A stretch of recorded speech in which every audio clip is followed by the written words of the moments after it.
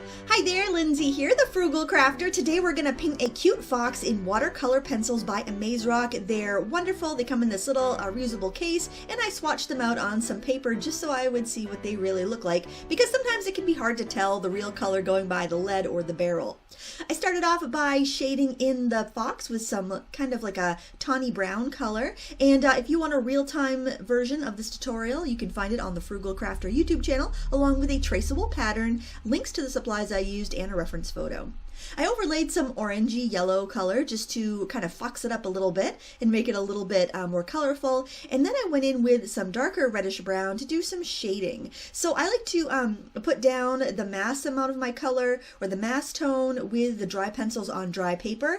Don't go too crazy with this, because as you can see, once you add water, there's tons of pigment there, and it's easier to go back in and add more than it is to try to take away pigment if you have too much in there. I'm using a 1/2" angle brush, a synthetic angle brush for this. I want to have something fairly large because that way I can cover a little more space and I'll get a nice even result. As I work on to more details, then I will work with a smaller brush. You can also split the hairs apart on your brush a little bit if you want individual little furs, so that's something else you can experiment with using your brushes there. I needed a soft gray shadow color, so what I'm doing here is just, it was a fairly dark gray pencil, but I added some water to it right on my mixing board there, and just so I could get a really soft look. And now I am doing the hair splitting technique there and throwing in some little kind of bursts of individual furs, and I am going in and adding some shading with that same dark gray pencil, just kind of overlapping it here and there as needed. I try to keep all my pencils out as I'm working with them, so that way I don't grab a new pencil by mistake. I find that with watercolor and with most art media, if you keep reusing the same colors, you have greater harmony in your piece, and it just looks a little bit more natural. Now I am building up the colors on the face, just using a smaller round brush and just applying it kind of like I would watercolor paint. So I am wetting my brush and then lifting the pigment off the tip of the pencil in order to get my paint to apply to the paper. I've established my lights and my midtones, and I really want to get my darkest values down, so I am just using that super dark gray, really concentrated by picking up the pigment from the tip of the pencil with my brush to put in those dark shadows. That way I'll kind of know the full tonal range I'm working in within the picture, and it will save me time shading later on.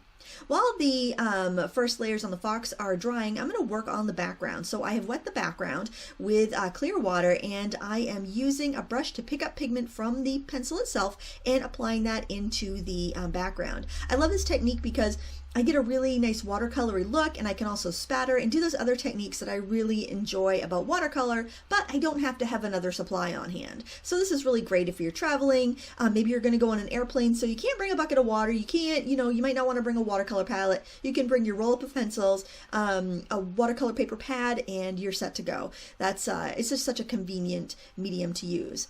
Now I'm going with really bright colors in the background because I want to kind of have like a rainbow effect, and I want the colors to be able to blend with the color next to them without them getting muddy and yucky looking. So I've got that bright, like kind of magenta red color. I've got that beautiful kind of like a phthalo blue, intense blue there. I've got some violet in there. Of course, they mixed to that beautiful purple color, but I think I did add a little purple in there. I'm going into some gorgeous green, and I'm going in between applying it with the brush and also spattering it on with the brush, because I like that really loose, bold, colorful background in contrast to the more muted, natural tones of the fox. We're going to finish up our rainbow treatment here by adding some yellow on either end of our mix here, and I just tested it out because I wanted to make sure that it was a warm yellow, because I knew it would give me a nice orange on the red side, and it would give me an earthy kind of sap green on the green side. But of course, if you want a more vivid green, you could do like the lemon yellow color, and it would give you a more peachy red, or you could use both yellows, just the warm on the warm side and the cool on the cool side, like a McBLT. Remember those? They kept the hot side hot and the cool side cool. Well, you can BLT your painting. Isn't that fun? I'm going in now and adding some detail on the fox. I am detailing up the eyes. I feel like once I get the eyes in there, it really sets the tone for the face, and I can kind of determine how much more detail it needs. And the great thing about a watercolor pencil is that you can sharpen it up and you can sketch on details like furs and eyelashes and all these little details, little hairs in the ears and whatnot with your sharp pencil. And if you decide that it's too much detail, you can always smooth them away gray with some water later on. So it just gives you the best of both worlds kind of here.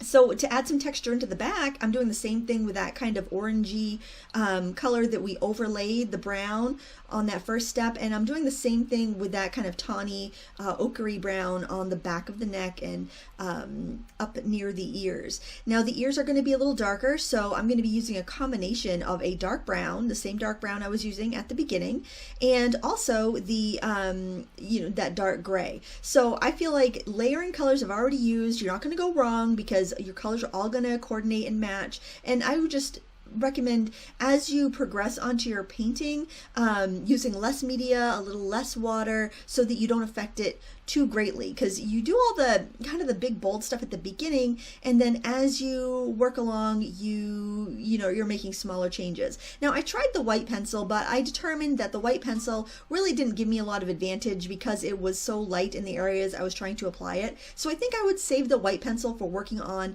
like a colored paper, maybe for some fun sketching techniques that way.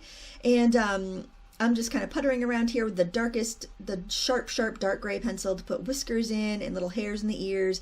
And I'm alternating between the pencil and the brush so I can soften areas where I need it. Now, if you want a super dark line, do what I did there in the ear. Wet the ear with the paint, with the water, and then go in with your pencil. Wherever you draw on that wet paper, you are going to get a super dark line because you're going to have wet pigment on wet paper, and that's going to pull so much color out. So only do that sparingly where you want those final details, or you're going to end up with some overwhelming darks. And now I'm just putting on some finishing touches with a very sharp dark gray pencil. You can spend as much time finishing this as you like, and remember, if you want a full real-time tutorial, you can find it on the Frugal Crafters YouTube channel. Thanks for watching. Until next time, happy crafting!